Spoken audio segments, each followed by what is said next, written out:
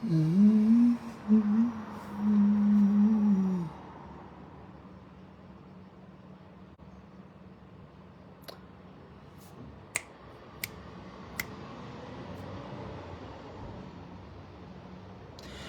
नमस्कार, प्रणाम।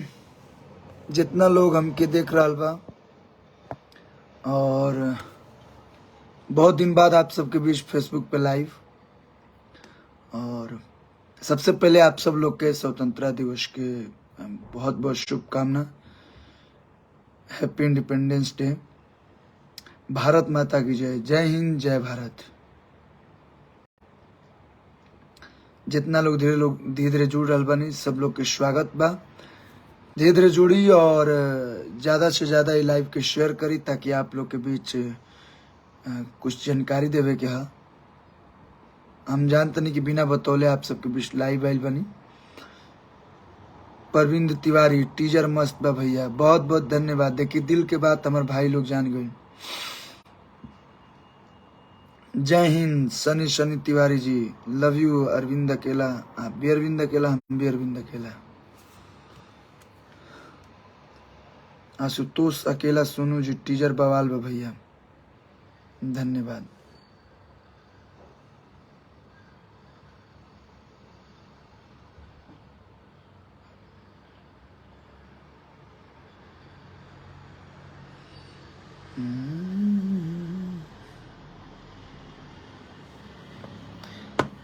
Happy independence day Piyush Singh ji, hello hello. हाय शमशेर जी, सत्यम मिश्रा जी, हेलो। जय श्री राम, विकास जी।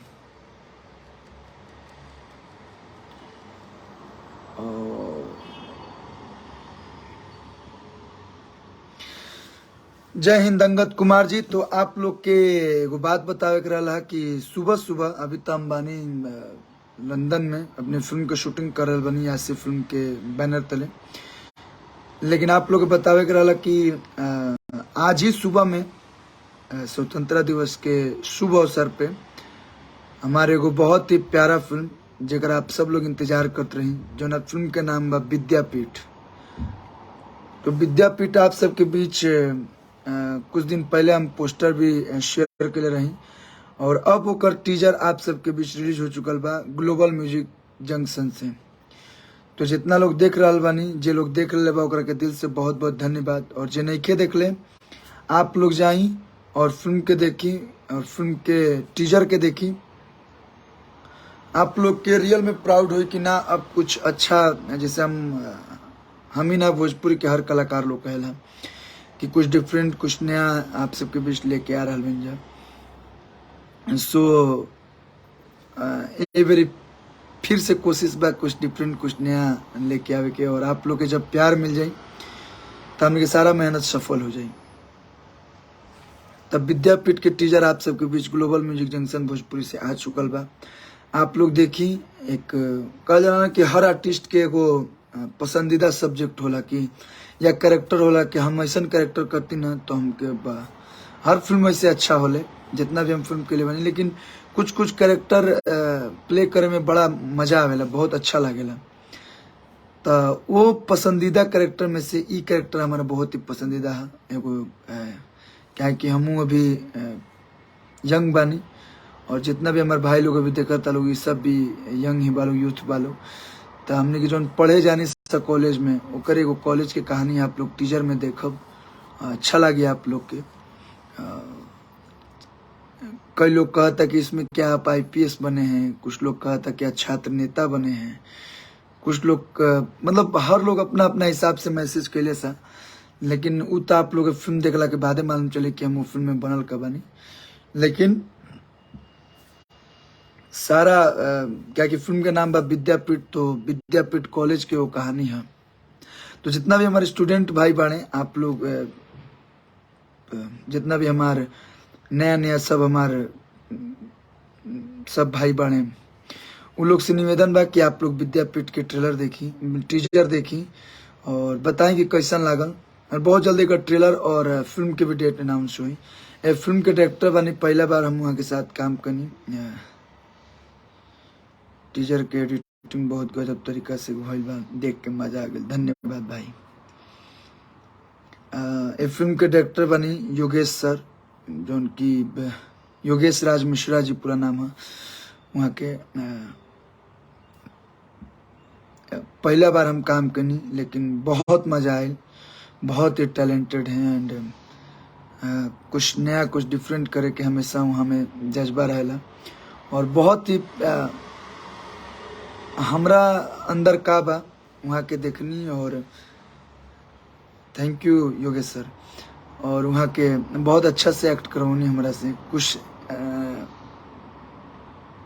कुछ नया कल्लू आप लोग के फिल्म में देखे के मिली है। कॉलेज के रोल मस्त बा भैया, धन्यवाद। प्रोड्यूसर बनी गोविंदा जी, जो उनकी बहुत सारा पैसा खर्चा कैले बनी आप लोग के मनोरंजन खातिर कि कुछ नया देखावल जाओ, कुछ अच्छा देखावल जाओ। और फिल्म में एक से बढ़ के एक आर्टिस्ट बने, जैसे कि हमरा अपोजिट बनी आयुषी तिवारी जी, उन्हों के बहुत अच्छा एक्ट कैले बनी। IFA जोन एकेडमी बा योगेश राज सर के, मुझे बहुत सारा टैलेंटेड सब हमारे भाई एक्टिंग सीखेला लोग, और वो फिल्म में वो लोग के भी मौका मिलल बा। तो सबसे पहले बहुत बहुत बधाई सब IFA एकेडमी के जितना भी हमारे सब भाई लोग बालो। योगेश राज सर के माध्यम से आप लोग के फिल्म में मौका मिलल और सब लोग बखूबी अपन कैरेक्टर निभावल लो। मतलब लागत ना रहे कि पहला फिल्म लोग करल बा। इतना प्यारा और इतना नेचुरल एक्टिंग, और हमरो से नेचुरल एक्टिंग सर करौनी। तो दिल से बहुत बहुत धन्यवाद योगेश राज सर के एक बार फिर से। आर्टिस्ट की हम बात करते नहीं थे, फिल्म में आर्टिस्ट आयुषी जी बानी, समर चतुर्वेदी भैया, विनीत विशाल भैया, मनोज टाइगर जी, कृष्णा कुमार, अखी भाई। मतलब हम अगर आर्टिस्ट के नाम लेवे लागब तब बहुत कम पड़ जाए।